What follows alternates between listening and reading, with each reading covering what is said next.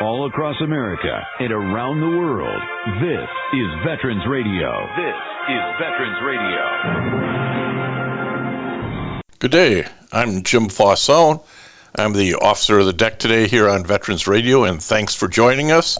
We've got some interesting stories for you. We always want to remind you you can find more about Veterans Radio at its Facebook site or at the web, veteransradio.org, where we're on the web 24/7. You can find a lot of our podcasts there as well. We post new ones every Tuesday, so you can get a new story, a new interview, something you didn't know before by going to veteransradio.org. And before we get started, we want to thank our sponsors. First up, we want to thank National Veteran Business Development Council, nvbdc.org. It was established to certify both service-disabled and veteran-owned businesses. You'll find out how they can help your business by going to nvbdc.org. We want to thank Legal Help for Veterans. Legal Help for Veterans fights for veterans' disability rights all across the nation. You can reach them at 800-693-4800 or on the web at legalhelpforveterans.com. And finally, PuroClean. PuroClean is the paramedics of property damage. It provides water damage remediation, flood water removal, fire and smoke damage remediation, mold removal, biohazard cleanup. It also has a focus on veteran franchisees. You can learn more about them by going to puroclean.com. We want to welcome to Veterans Radio today Master Sergeant Earl Plumlee. We are very honored to have him on. He is a recipient of the Medal of Honor. Master Sergeant, welcome to Veterans Radio. No, it's great to be here, and thank you for having me. Well, we're glad to tell your story and promote some of the things you're working on, but it's sort of, let's go all the way back to the beginning. How did a nice kid like you from Oklahoma find himself in the military? I came from a military family, so I was always very interested in service, and I was whatever movie was out in Hollywood glamorizing certain parts of it, that's what I was going to do. And then, I joined the National Guard in high school. It kind of lit the fire, and then, ended up in the Marine Corps. And, I got ADHD, and I can't stick at anything too long, and decided to run myself through the Army and see how that was. Yeah, it's really a fascinating start here. It is what I wanted to talk about is you jump into the Oklahoma Army Guard. I think you're at 17 years old, and after graduating high school, move into the Marine Corps for 8 years. What were you chasing? I was chasing an adventure, and I was chasing a challenge. So the National Guard was kind of a great way to get me started, and led me to validate my belief that I was destined to serve. But I was really looking for that deeper challenge and the adventure.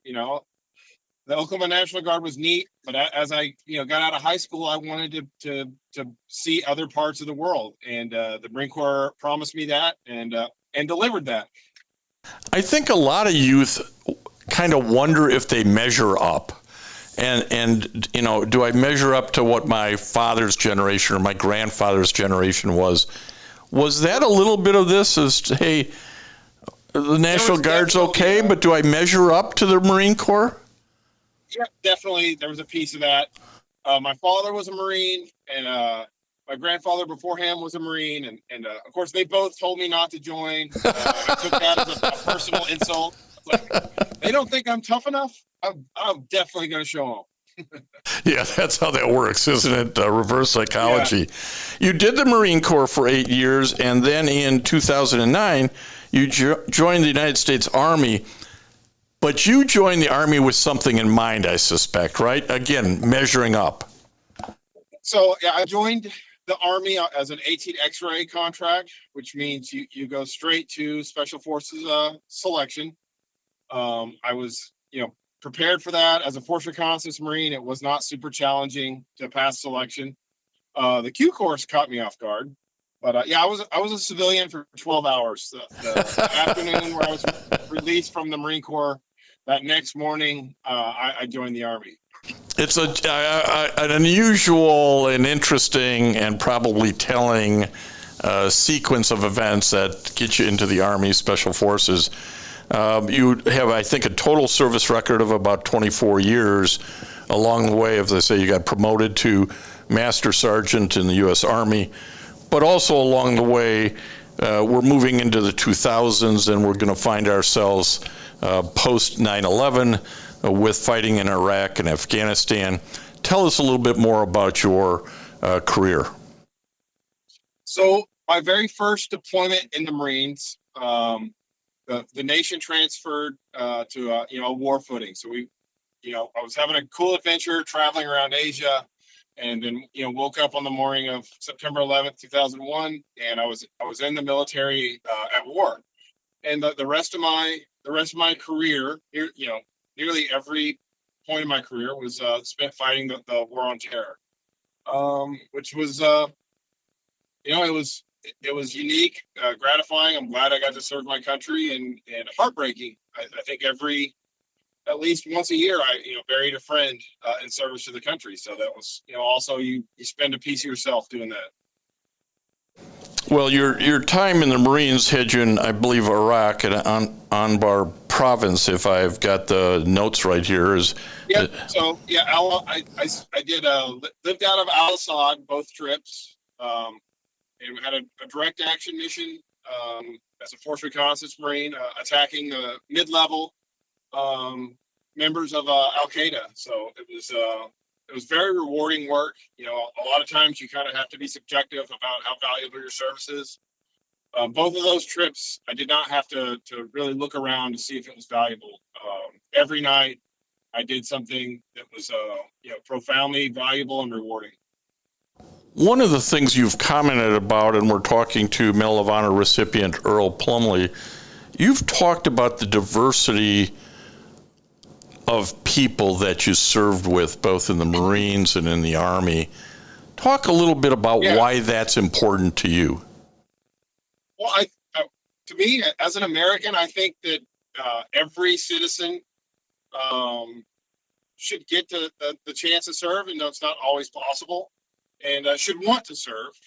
And I always thought it was really neat to see the full cross spectrum of the United States. And what I always said is after boot camp, the group of friends I had made there, when we put our civilian clothes to go out in town, it was a hilarious picture because we had cowboys out of Texas, farmers out of Kansas, surfers out of Southern California, and kids out of Boston and New York, and none of us dressed even remotely the same.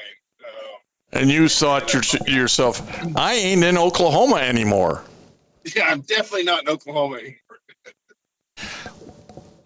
As you continue to serve and you were sent into Afghanistan, there's a particular battle in August of 2013 at Forward Operating Base Ghazni.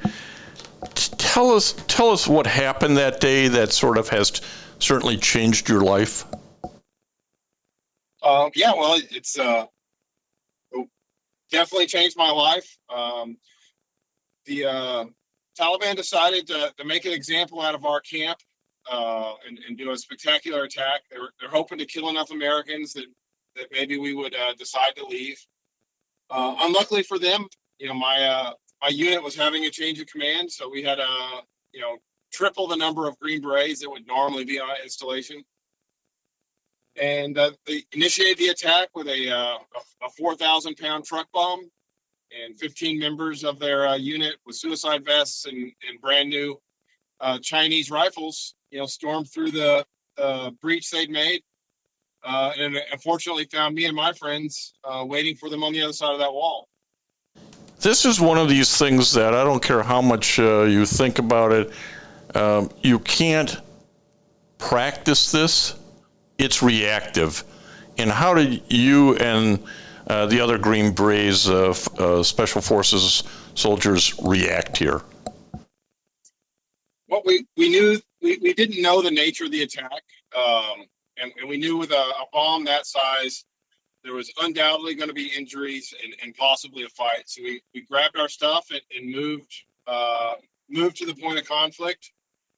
And unfortunately, the Taliban didn't tell us exactly what they were doing, so we parked right in the middle of them. Yeah, another one of those brilliant decisions by who's driving the vehicle, right? Stop here. Yeah, stop here. What are these guys doing? And then they all started shooting us up. Part of this was the insurgents were dressed in Afghan National Army uniforms, if I understand it.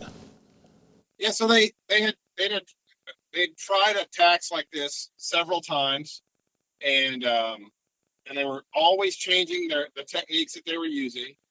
And this one, they decided that they could never pass as American, but they definitely looked like Afghans. So they used that to get deep into the camp without being fired upon. And let me just read from the Military Times article. Quote, without regard for his own safety, Staff Sergeant Plumlee hopped out of the vehicle using his body to protect its driver while drawing a sidearm. He fought off 2 attackers, was wounded by the detonating suicide vest before he could get to adequate cover. He killed 2 insurgents in his field of fire, but at least 8 were still firing on American forces. He left his position with only his pistol and advanced on the enemy alone, finally reaching a fellow soldier behind cover. After what must have seemed like hours under intense enemy fire, he and the other soldier, no longer alone, withdrew to join other American and coalition troops who were preparing a counterattack. End of quote. And both an American and a Polish soldier were killed in this insurgent attack, as it's reported. I'm not going to ask you to talk about this, Master Sergeant. It just sort of seems that I'll let the article and your action speak for itself. But coming out of that incident, you were awarded the Silver Star, and subsequently it was upgraded to the Medal of Honor and presented to you by President Joe Biden in December of 2021. Nobody goes into the military for the decorations, right? That was never a big part of my plan. I was chasing the stuff that you would that makes your uniform look fancy, like jump wings and dive bubbles, and going for all the cool schools. But it was never my plan to get a Purple Heart or a Valor Award. Yeah, nobody should seek the Purple Heart. Yeah, if your plan is to get the Purple Heart, call me and let me talk you down. That is a terrible plan. As time moved on, and as I said, the battle occurred in 2013, and 8 years later, the Silver Star gets upgraded to the Medal of Honor. This is, I think, most people don't understand is what a rigorous process getting an upgrade or getting the Medal of Honor being awarded to you is.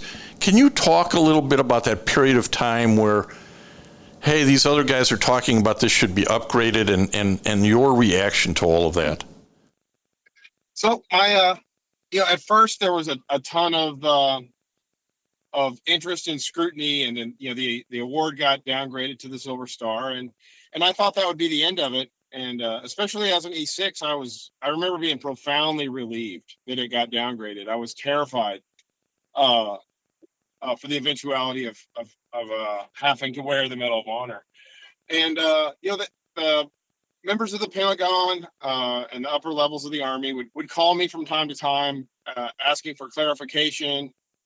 Over the years, and I kind of got used to it, and it was about 6 months before I got the medal, the phone calls changed in nature, and they quit asking me about the battle or asking me for access to people for witness statements, and they started asking me what I was doing and where I was going to be, and that's when I started to kind of think that something was up. But honestly, I was I remember, pursuing my career as a Silver Star recipient, and the incredible scrutiny of the Medal of Honor was off of me, and I was just really happy to get back to work as a Green Beret and have my career. I think that's what a lot of people don't understand, that the Medal of Honor is sort of thrusted upon you, isn't it? It is, and it's an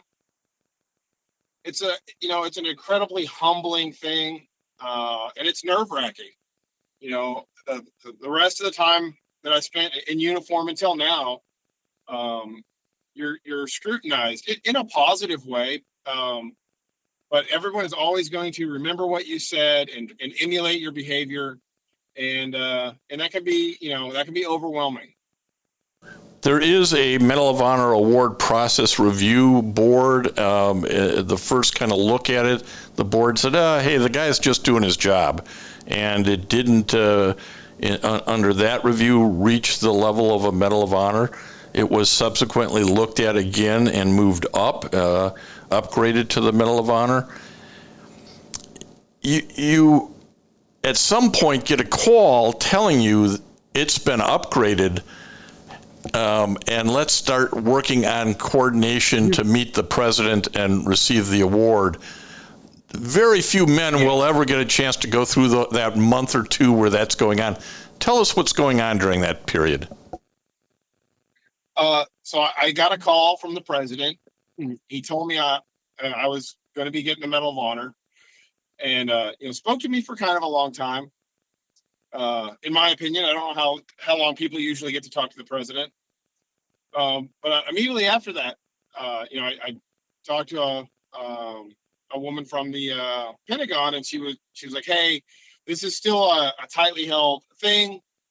We don't want to tell anybody, but we also don't want you getting deployed or sent into a training environment where you won't be able to get reached," because the day was still not set after the president called me. And I told him, "Yep, that's fine. Don't worry about it. I got all that handled," and hung up on her, and then immediately deployed on what would be one of my last deployments. Well, the logistics always work out, and there is a lot of logistics to get you, friends, family, members of the unit into Washington for this. Tell us a little bit about that. Yeah, so when we finally got warned, hey, you need to be in at the White House on this day, we had about 10 days, I think, to get it done. And the Army decided I needed to wear the new service uniform, the AGSU, and I didn't have it. And they had a piece of it that would fit me at somewhere at a base almost completely across the United States. And let me say, you're not a small guy. I'm not a small guy, and I got big feet apparently. But they put one together. My boots actually came in the evening before the ceremony, and the honor guard from Arlington, they took turns polishing my boots for me so that I could sleep. But the first time I ever put that uniform on was about an hour before I went to the White House. Those are the little backroom things none of us see. But you do get to be in the back room and talk to the president a little bit before they open those doors and all the lights are on and the nerves really run. How was meeting the president? It's amazing. Whether you voted for him or not, if you're meeting the president of the United States and you're not just awed, I challenge how patriotic you are. So it was really neat. The president and the first lady were, very gracious to us and treated my family like $1 million. And he was late because of an engagement. Obviously, the president was busy. And so we got to just kind of wander around the White House unsupervised for a few hours, which my daughter took full advantage of. Yeah, she's got selfies and probably maybe a White House ashtray in her purse at that point. Yeah. Well, this is a really neat sword. It's George Washington's sword. Put it down. So I want to talk about, you used this word earlier, and so I'm going to bring it back to you. And you said, hey, I was terrified to wear the Medal of Honor. That continues to kind of roll around in your brain until it probably becomes a bigger deal. And when they finally put the medal on you, where were you in that process? Were you still terrified, asking yourself, do I measure up? Just like you asked yourself when you jumped into the Marines? I mean, I still do. There's a Medal of Honor Society, and we have a convention at least once a year. And every time I walk into that room with the other recipients, it's always stunning to me that I belong in there with them. I think the medal, it's definitely one of those things. My actions in 2013 got me nominated for it, but you feel compelled to earn that thing every day. One of the things, once you have been bestowed this honor, it's sort of like a knighthood, I think. Everybody looks at you differently, and I know that you were a former student athlete in high school. You have an opportunity to talk to a lot of young men and women because of this honor. Tell us how you wear this responsibility on a daily basis. So I always try to be a good steward of the profession, the profession of arms. I served for 24 years and 11 months, and I was proud the day I put on the uniform, and I was just as proud the day I took it off. And I think the country is worth fighting for and worth sacrificing for. And the only thing I can do at this point is serve as a role model for people to emulate that behavior. I like to educate that you build the country doesn't build you, and you don't need a uniform to serve the country. So if something needs fixing, don't look around for somebody else to do it. Roll your sleeves up, get your hands dirty, and solve the problem and make your country a better place. Earl, one of the things I've seen you say in the press before is about the importance of a positive mentor. Can you elaborate on that, both in your own life, but as importantly for our younger generation? A positive role model or mentor. You find somebody that you want to emulate, somebody that you want to be, and they've already made all the mistakes. They can explain how things work, what to expect, and how to do the job better. And a role model and a mentor, if they're genuine, should always want to see you surpass them. And once you get one, it's such a rewarding experience to be on either side of that relationship. And I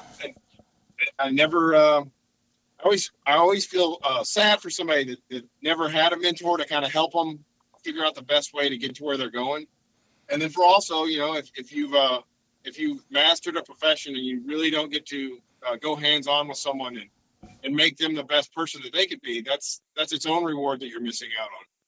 You've also made, and we're talking to Master Sergeant Earl Plumlee, retired Medal of Honor recipient.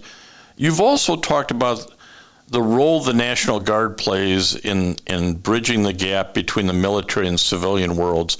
And in a time where patriotism seems to wane, recruiting seems to be down, talk to us about the importance of bridging that gap.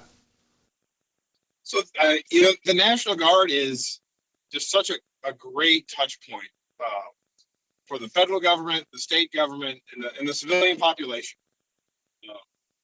They truly are the bridge. When you see somebody in uniform, you kind of understand what they are. But a National Guardsman, that's somebody from your community that has chosen to take time out of their life to be there. And in Oklahoma, every time there's a national disaster, a tornado, one of the first things that happens is they activate the National Guard and get them out there to help those communities recover. And I think it's important. That's something that the country owes you, and that's something as a people we owe the country, is to be that person that says, I know it's not safe yet, but I'm going to go out there and make it a little bit better.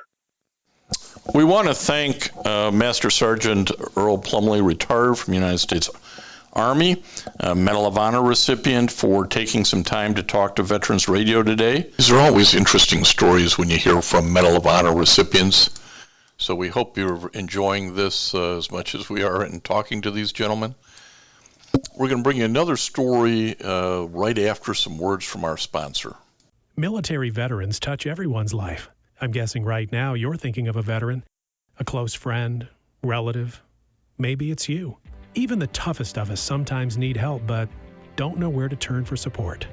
You don't need special training to help a veteran in your life. We can all help someone going through a difficult time. Learn how you can be there for veterans. Visit veteranscrisisline.net. veteranscrisisline.net.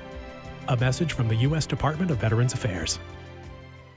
If you have a VA claim denied by the Board of Veterans' Appeals, contact Legal Help for Veterans at 1-800-693-4800. They're experts in handling cases before the U.S. Court of Appeals for Veterans Claims. Their number again, 1-800-693-4800. Continuing the theme of the U.S. Army and all that it does, we're going to follow up the Earl Plumlee, Master Sergeant, U.S. Army Master Sergeant Earl Plumlee, with an interview we did with Brigadier General Dick Miller, retired, talking, though, about AUSA. We want to welcome to Veterans Radio today Brigadier General Richard S. Miller, retired. Dick Miller's a friend of Veterans Radio and has his multiple hats that he wears that bumps him into our orbit. He is the president of NVBDC, the nation's leader in certifying veteran-owned businesses. But we're having Dick on today to talk a little bit about his military career and his position as president of AUSA Region 2. Dick, welcome back to Veterans Radio. Well, thank you. Good morning. Well, let's start with this. How does a nice kid from Shelbyville, Indiana, end up spending his career in the Army? And did you have to do this because a judge chased you into it, or what? How'd this happen? It's funny, as you and I are both of the era where I know a guy actually that happened to. You got a choice, young man. But no, I end up. I graduated from school in 1970, and had no future. I mean, I didn't have the grades to go to college. I didn't want to work in a factory, and the Army was a good option for me.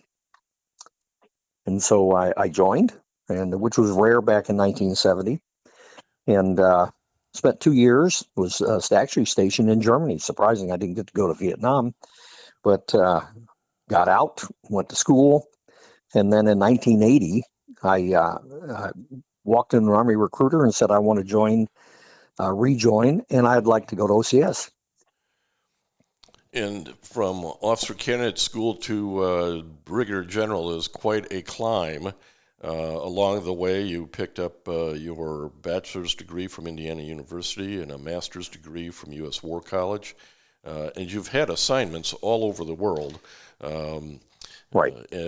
While Germany was the first nice country they sent you to, they found a way to send you to the sandbox a couple of times as well to balance that what's out. Funny about that is every assignment I had after that was not a very nice place. From the jungles of South America to anyway, I ended up in Afghanistan. I commanded all of southern Afghanistan out of Kandahar, and that was a nice place. But anyway, yeah, I was very, very lucky. Every assignment I had was a command assignment, which helped develop me for the next assignment. And after Afghanistan, I was a deputy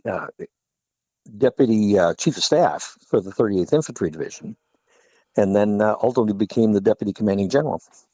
And you spent, I think, your final tour, if you will, with the Indiana Army National Guard. That's correct. Yeah.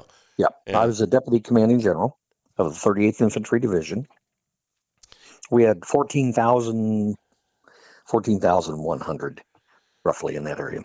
Well, I might not have the math right, but it looks like you spent about 34 years or something in one way or another in the Army. 33. 33. Okay, and along the way picked up all the sort of awards and decks that one might expect, from Combat Infantry Badge up to the Bronze Star, Meritorious Service Medal, campaign medals for Afghanistan, Global War on Terrorism, Army Commendation medals. All of that's just to sort of set you up for, I don't know, are we on chapter 3 or 4 of post-retirement, military retirement here? And your wife is saying, I kicked him out of the kitchen to go do something. I didn't know it was going to end up like this. You are spent a number of years working, I'm sure in a volunteer position initially, with AUSA. Tell us about AUSA, the Association of the United States Army. Well, much like my military career, I started off with the Association of the United States Army as a chapter president. And that was a chapter in Indiana, of all things. And it's a very, very large, there are 1.8 million members of the association. And as a chapter, I think I had 256 people in the local chapter in Indianapolis. And then they had one in South Bend, Indiana. And then I was transferred to Michigan for a job change in 1984. And immediately was asked to join the chapter in Detroit. And that's kind of where I've been ever since. But just this is an organization, just for those who are not aware, that lobbies on behalf of the United States Army. The Army themselves cannot lobby Congress for anything. It's against the law. But we have very, very strong bonds with Congress and the Senate. And that's what we do. Not me personally, but we all within that organization. But it is a volunteer organization primarily. And just like me, most of these folks that serve, they serve because they want to serve their country and they want to serve their Army. Well, it's a really inspiring story when you look at AUSA's history, and it's a nonprofit educational and professional development association that serves not only today's total Army, active duty soldiers, reservists, National Guard, veterans, retirees, Army civilians, and their families. It's that unique voice because of those 1.8 million members who have affiliation with the U.S. Army that you have sort of some clout on lobbying or expressing, hey, how do we help the troops? And that's really the goal, isn't it? It is. The soldiers and their families. And, and by the way, the families have come into recognition in the last 15 years or so.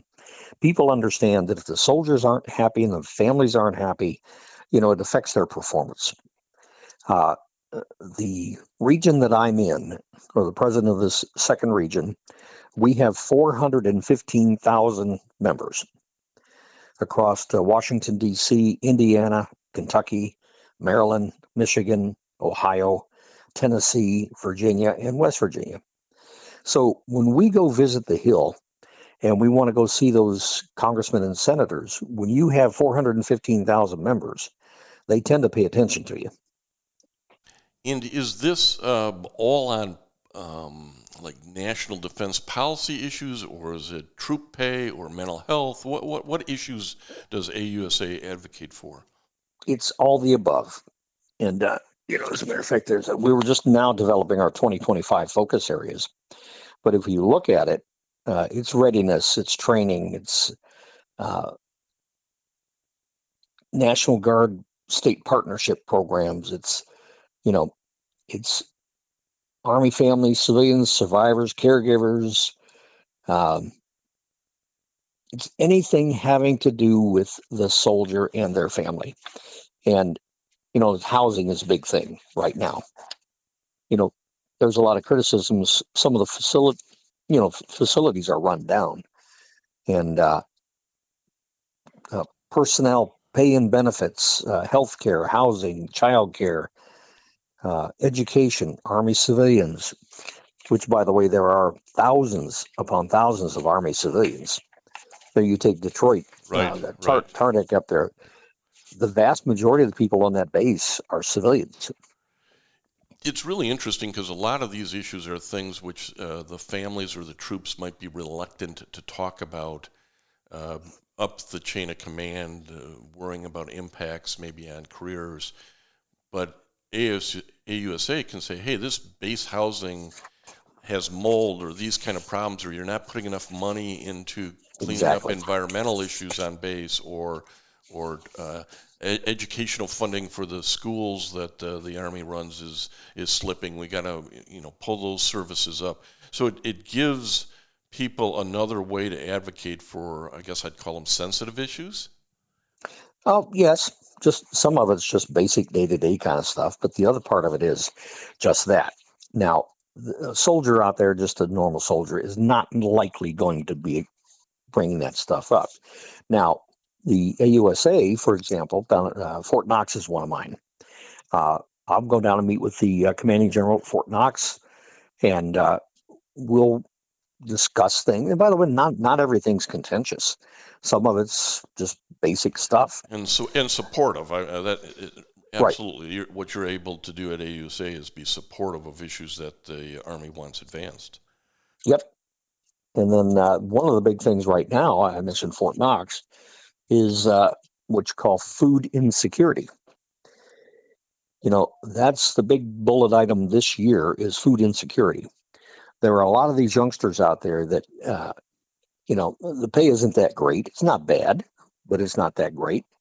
And then all of a sudden the guy's got a wife, couple kids, and can't barely make ends meet. And so we're putting together a really sophisticated program for food insecurity. You got to identify them first, because a lot of these folks are, embarrassed. They don't want to talk about it. Certainly, yeah. But that's where, for example, at Fort Knox, we have a partnership with Denny's. Denny's, the restaurant. Yeah, restaurant chain. We worked with Denny's down at Fort Knox last November to, they brought in their mobile kitchen, and we fed 900 soldiers in a single day, or actually single morning. And then we gave 250 meals to the Red Cross on post. So those are some of the kind of things that the AUSA does. Well, again, those are the sorts of things that I think people don't, it all happens quietly in the background. The mobile kitchen shows up and nobody's paying attention to how that happened or why that happened. So getting the word out like this is really important. Tell us about your Region 2, and you've told us the states involved in Region 2 for ASU. How many regions are there, and what does being president of Region 2 deal with on a national basis? Well, we have 9 regions, and we have a Pacific region that's Alaska, Guam, etc., and then European region, which is Africa, Canada, Europe, Middle East, and then we have a 7th, which is out west, Scott Langley. California is its own region, and then 5th region, Illinois. There's a lot of. We're going to be looking at realigning this stuff because some of these things just don't make any sense from a geographic standpoint. But now, do each of the region presidents then sit on a national board? Is there a national governing body? Yes. How does that work? Yes, each of the regions, we have a seat on the board of directors at the national level, and we attend meetings virtually most of the time virtually. And then once a year we have an in-person. But we all get together and we all talk about the major issues affecting our soldiers. And, we actually do speaking engagements. We, promote and enhance the association's goals and objectives, all that sort of thing. I spoke at Western Michigan's ROTC program a week ago Friday. Those are the kind of things that we try to support the overall Army. Well, and part of this, too, is just to get the word out to members, the families. Hey, there's somebody who's got your back. Tons of resources are available on the AUSA website. which is simply ausa.org. Correct. I noticed that like it has an annual meeting, and the 2025 one's going to be October in Washington, D.C. of 2025. So lots of ways to get involved, a lot of professional development opportunities, which is really interesting. And I also found it interesting. Part of this is AUSA is focused on the total Army. So there's no distinction here about, oh, you were National Guard, oh, you were reservist, oh, you Correct. were active duty. And that cohesiveness is really important, isn't it? It is, absolutely. Because, the war on terror just brought the units together. All the, throughout the National Guard, Army Reserve, everybody.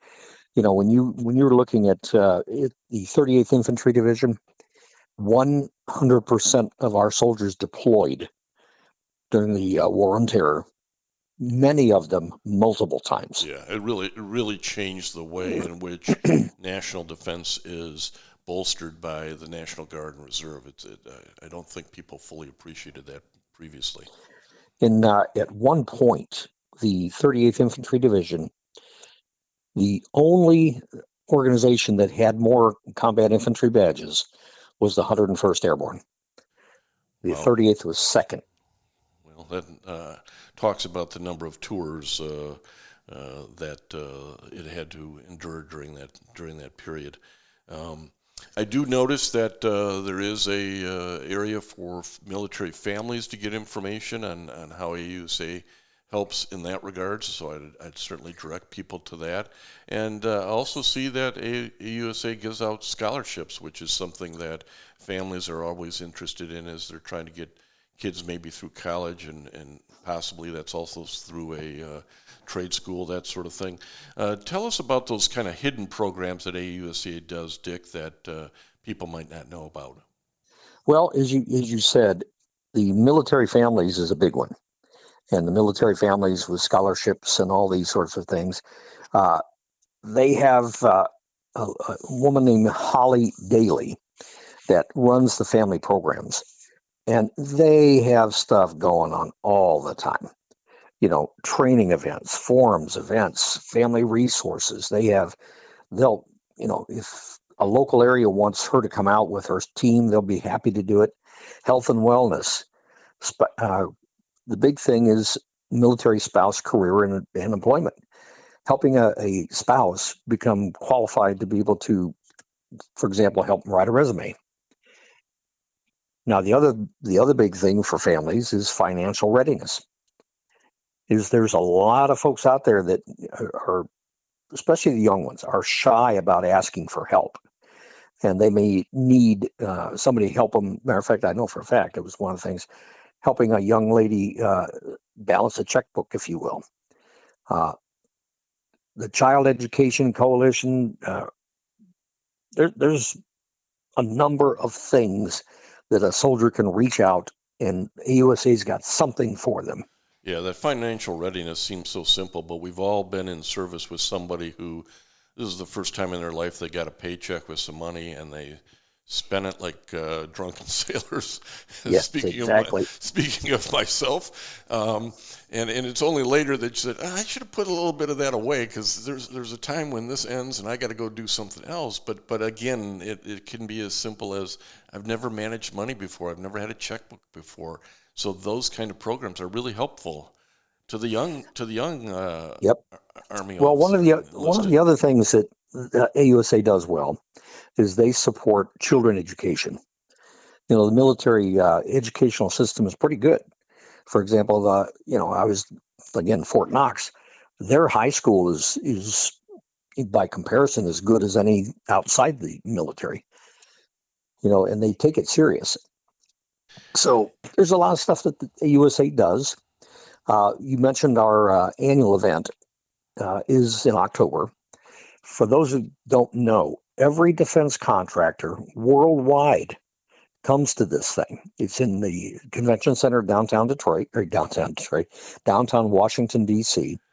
On average, there's 30,000 people a day come through this thing. Holy cow. Yeah, it's huge. And we hold our annual meetings. We have like the regions, we all get together, we meet, and if somebody's in one of these chapters or regions, and again, if you go to the website, you can find a chapter near you. Right. How does one say, hey, you know what, I should be involved in this? How do I become a member of AUSA and get involved? Well, you can go out to for example, like second region. You can just go out to the second region area, or for example, Detroit, there's the Arsenal of Democracy chapter. And you can reach the chapters and then just call them up and say, or email, text, doesn't matter. Say, look, I really want to become a member of this. What do I got to do? They're always looking for volunteers. Well, it's like most of life, right, Dick? The more you put into it, the more you get out of it. Right. As you move forward here, you're probably seeing the insides of the organization a little bit. We mentioned at the outset it's a nonprofit. So how does AUSA get funded? Well, primarily corporate sponsors. And that's what you'd expect. A little bit probably comes from membership dues and signing up for events. Correct. And paying, going to the annual meetings and those sorts of things. But it well, sounds as a matter of fact, the annual meeting is a big opportunity to gain funding. But when you're looking at General Dynamics, you're looking at McDonnell Douglas, and these major corporations. Keep in mind, we're a lobbying organization for Congress. And so they want to make sure that we represent them as well. Oh, certainly, yeah. That makes sense on weapon systems and things like that, and the funding of programs. So we're talking to Dick Miller. He's the president of AUSA Region 2. He sits on the national board, and he's giving us some insights into what AUSA does and why it does it. Dick, any final comments here that you'd like to make to our veteran radio listeners? Well, like I said, the AUSA is an organization supporting our soldiers, their families, pay, health care, all of those things that support the United States Army. Very complex program. Professional development. I mean, meetings and events, publications. By the way, they put out a really nice magazine every month. But nope, AUSA is a long-term, done a wonderful, wonderful job supporting our soldiers, and will hopefully continue. So I'm going to direct people to ausa.org. Hit the About Us click on button there. It'll show you where you can jump over to join AUSA. I think you'd find it very beneficial if you want to continue your service to the country and service to the United States Army by being supportive. Dick, General Miller, we appreciate the time that you've made available for Veterans Radio today to talk about AUSA. Well, thank you again, and look forward to working with you in the future. So for all our Army friends out there, take a look at AUSA.org. See if it's right for you to maybe be an organization that you support, both with time and resources. They do good work. They also keep you pretty well informed of what's going on. And he mentioned their magazine that they put out every month. It is very informative. So if you're just a curious person, you may want to look at that as well. On Veterans Radio, we really do try to bring you a wide range of stories that we think will be of interest. But if there's something we're not touching upon, and you want more information, or you've got an idea of somebody we should talk to, let us know. We're more than glad to track down people. These are pretty turbulent times, and it's been a challenge sometimes for us to find guests who are willing to talk about what's going on in the veterans world. They don't want to get crosswise with the administration or anything like that. So we're always looking for ideas and folks who are willing to step up and speak out about their own military experiences, maybe their experiences through transition, but just the general history and stories that veterans have to tell. There's always a lot of them. And they don't have to be the war stories. They may be stories about business success or failure. You'll learn sometimes more about your failures than you do by your successes. And so we bring those stories to you as well. And that's why we appreciate business sponsors like the National Veterans Business Development Council, nvbdc.org, and PuroClean.com. PuroClean is the paramedics of property damage. And they've got a lot of veterans in the business and veteran franchisees, and we get a chance to talk to them on a fairly regular basis as well. So your story ideas are always important. I do want to thank some of our sponsors again, certainly the VA Ann Arbor Healthcare System, the National Vietnam Veterans of America, the VVA Charles S. Kettles Chapter, VFW Graf O'Hara Post, American Legion, Post 46, all three of those in Ann Arbor. They've been long-term supporters of the work that Dale and company have been doing. One of the new things we're doing here on Veterans Radio that I want to promote as we have a little time is to recognize that we're on a new platform, along with putting our podcasts out on all the regular platforms through an RSS.com feed, but also to iTunes and YouTube podcasts, Stitcher, etc. We are now on Wreaths Across America Radio, and that platform is an aggregator of a lot of veteran-type programming. So if you like this kind of programming, we encourage you to go to wreathsacrossamerica.org. Go to their radio section. You may know of this organization. These are the folks who go ahead and collect donations and make arrangements to put evergreen wreaths on graves. Started at Arlington National Cemetery, but really has spread out to most of the states at this point. They do that in the Christmas holiday season. And we're really proud to be on their programming now. So if you want to check them out, please do so. Our broadcasts are Thursday at 3 p.m. Eastern, and also on Friday night at 7 p.m. The podcasts go up there as well. So we get a little more expansion of our network here from Veterans Radio, being able to tell these stories to a wider audience, and that's just really an honor and a pleasure. I can't tell you how much Dale and I really appreciate that. So it's one of those places you can check this out at your leisure. It's not unlike if you just want to focus on Veterans Radio, and we certainly don't mind if you do that. You can go to veteransradio.org and check everything out, or at our Facebook page for Veterans Radio, a lot of information being posted there as well. We have one big fundraiser every year called Radio on the River. We've had it for a number of years at the same location, but we're going to try something new this year in the greater Ann Arbor area, a place called Freedom River up in Livingston County. We think it'll be a very interesting and different opportunity to gather and support Veterans Radio. If you're in the area, it's going to be Sunday, September 28th, about noon. Keep tuned in for more information.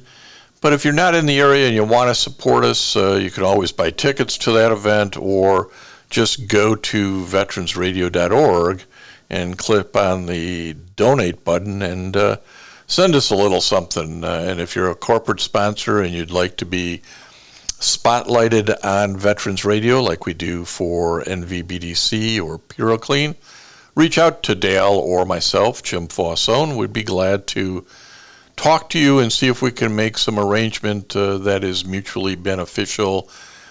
Many companies started by veterans and those that support veterans want to help get these stories out, and we really do appreciate that kind of support.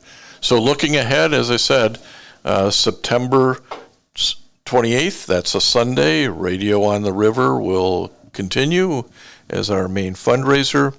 And if you're an organization out there that runs a golf outing or luncheons or galas and you are looking for organizations to support, think about Veterans Radio. We'd be glad to be in your rotation of veteran-centric groups that you support from your own independent fundraising. That'd be a fantastic opportunity for us, and we'd be glad to talk to you about how to structure that, how we can get you some information, how we can get the stories out in a little better fashion. As I said a little earlier, these are kind of interesting times because of the change in administrations and kind of how all that's going to work out for veterans, how all that's going to work out for the military.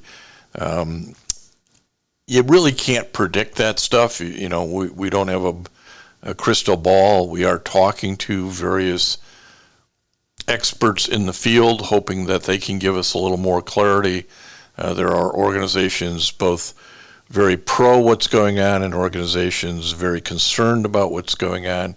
So there really isn't just one vision of how this will proceed. But the one thing everybody agrees on is, hey, our veterans have already paid the price. They already signed the blank check. We owe them and have to continue with our promise to them that those who've borne the battle will take care of as a nation. And that's a little bit of where we're at the moment.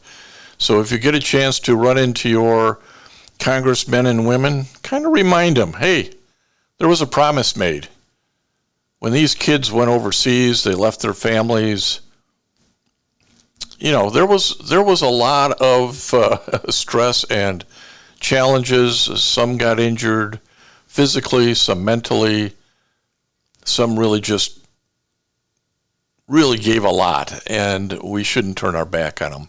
So that's what we do here in Veterans Radio. Tell the story, and we want you to come back. And until next time on Veterans Radio, you are dismissed.